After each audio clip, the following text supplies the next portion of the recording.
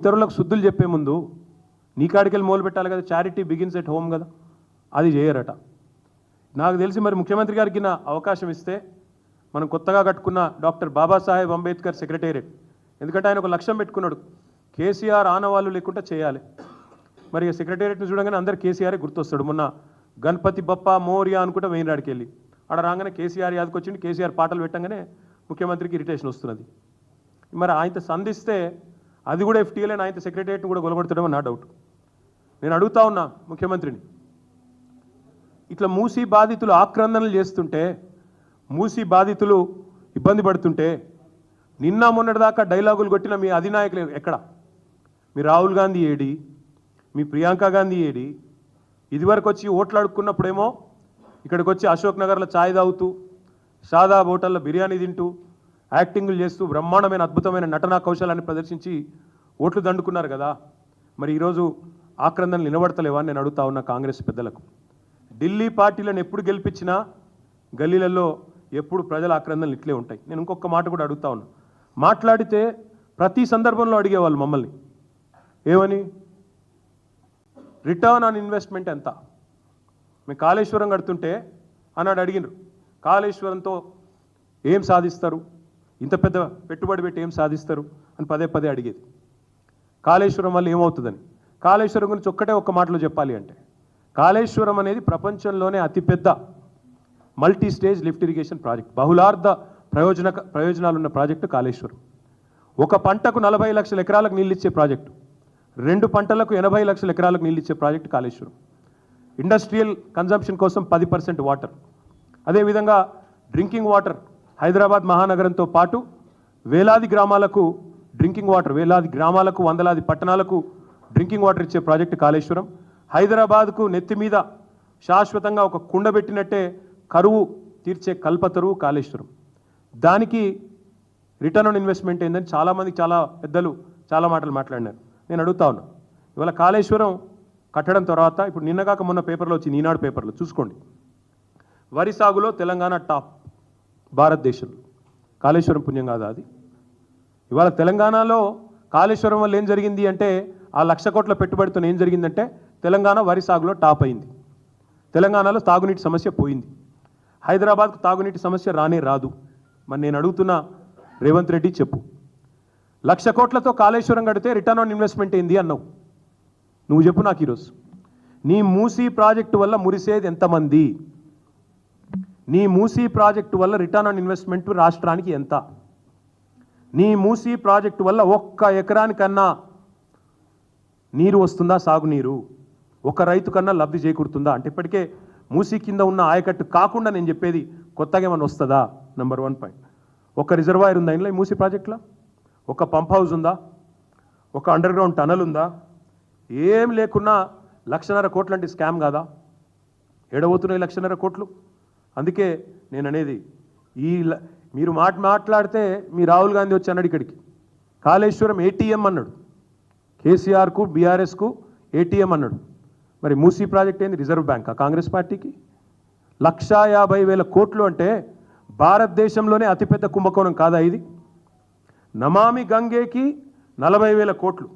ఇంకా మీకు చెప్పాలి, ఇంకా ఉన్నాయి వేరే ప్రాజెక్టులు కూడా తెప్పించిన. ఇగో ఇది Sabarmati river front. Sabarmati river ఫ్రంట్కి మొత్తం ఖర్చు అది 38.5 కిలోమీటర్లు సాబర్మతి రివర్ ఫ్రంట్.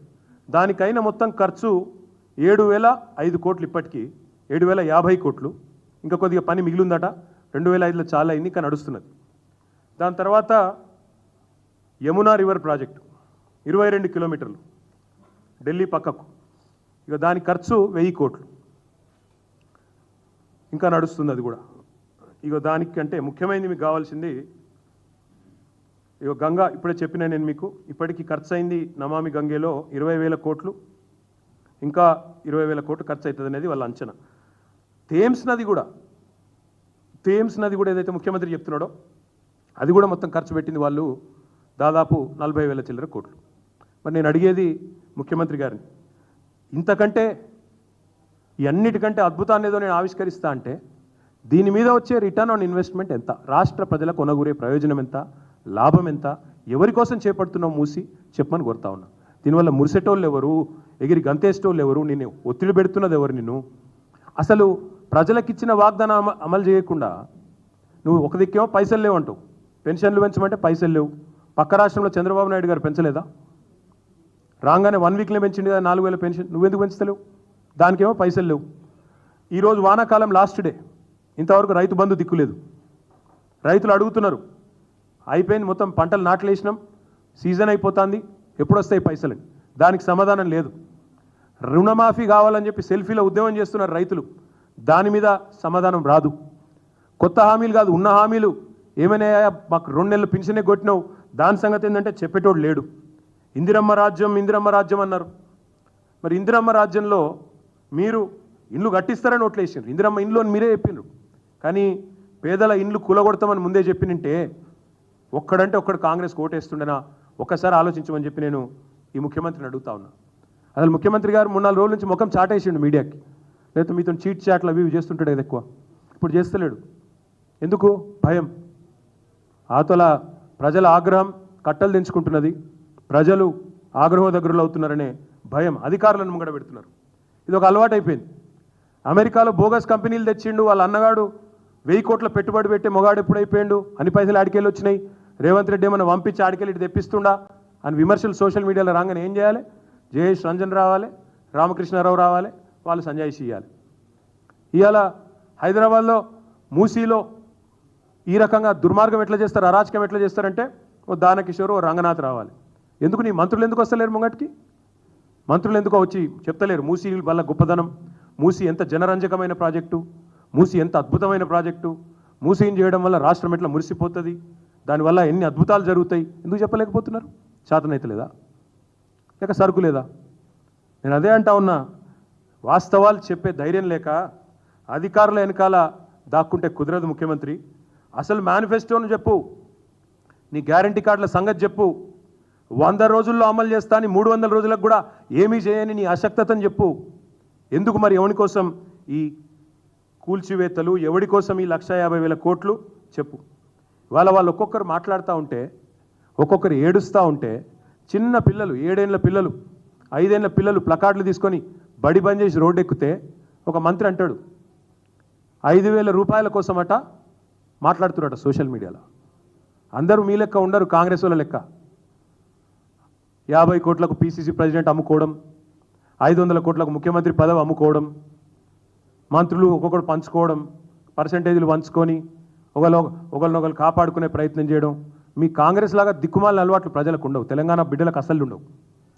ఆత్మగౌరవం మీద కొడితే, ఆత్మగౌరవం విషయానికే వస్తే మంత్రి గారు శ్రీధర్ బాబు గారు, తెలంగాణ ప్రజలు తిరగబడితే మీరు ఊళ్ళలో తిరగలేని పరిస్థితి వస్తుంది, మంచిది కాదు. మీరంటే కొంత గౌరవం ఉంది, చదువుకున్న వాళ్ళు కొంత సంస్కారవంతంగా మాట్లాడతారనే గౌరవం ఉండేది, కానీ మీ మాటల వల్ల పోతా ఉంది. మొన్ననేమో 2 బీఆర్ఎస్ ఎమ్మెల్యేలు కొట్లాడుతున్నారు అని అతి తెలివి, నిన్ననేమో వీళ్ళు 5,000 రూపాయల కోసం సోషల్ మీడియాలో 5,000 రూపాయల కోసం ముఖ్యమంత్రిని బూతులు తిడుతున్నారని మాట్లాడతావా? నువ్వు పోయి వాళ్ళ ఇంటి మీద పడి ఇలుగుల కొడతా అంటే వాళ్ళు అవో దేవుడు వచ్చిండని ముక్తారా? నీకేమంటారు మరి? ఇలా ఏడుపులు తక్కువనే ఆడ, ఒక్కొక్కరు బీపీలు పెరిగి షుగర్లు పెరిగి ఈఎంఐలు ఎట్లా కట్టాలి, మా పరిస్థితి ఏంది, కష్టపడి కట్టుకున్న ఇల్లు గులగొడుతున్నారని చెప్పి ఆరోగ్యాలు దెబ్బతింటుంటే, ప్రెగ్నెంట్ మహిళలు ఏడుస్తుంటే, చిన్న పిల్లలు గూడు చెదిరి ఏడుస్తుంటే అనడానికి మనసు ఎట్లా ఒప్పిందని నీకు? నాకు అర్థం కాదు. అంతో ఇంతో సంస్కారం ఉన్నాడు, చదువుకున్నాడు అని గౌరవం ఉండేది, కానీ సావాస దోషం అనుకుంటా ఓటుకు నోటు దొంగలతో కూర్చుంటే మేము కూడా అట్లా అయిపోయాను. పక్కన కూర్చొని చెడిపోయింది శ్రీధర్ బాబు గారు కూడా. ఇది మంచిది కాదు. ఇప్పటికే 3 చనిపోయినారు. బుచ్చమ్మ గారు కూకట్పల్లిలో చనిపోయింది, వాస్తవం కాదా? మా నాయకులు హరీష్ రావు గారు, సబితక్క, తలసాని గారు గాంధీ హాస్పిటల్కి పోతే అడ్డుకున్నది వాస్తవం కాదా? కృష్ణారావు గారు మా కూకట్పల్లి ఎమ్మెల్యే. ఈ చిన్నపిల్లల ఆవేదన రోజు కనబడతలేదా నీకు? హైకోర్టుకు అర్థమైంది కానీ నీకు అర్థమవుతలేదా? అందుకే నేను అడిగేది, ఇక ఆయన గురించి తిట్టుతున్న తిట్లు అవి చూస్తే మాకే మంచిగా అనిపిస్తలేదు, గట్ల తిడుతున్నారు. ఆ తిట్లు అయితే మామూలు తిట్లు లేవు అవి.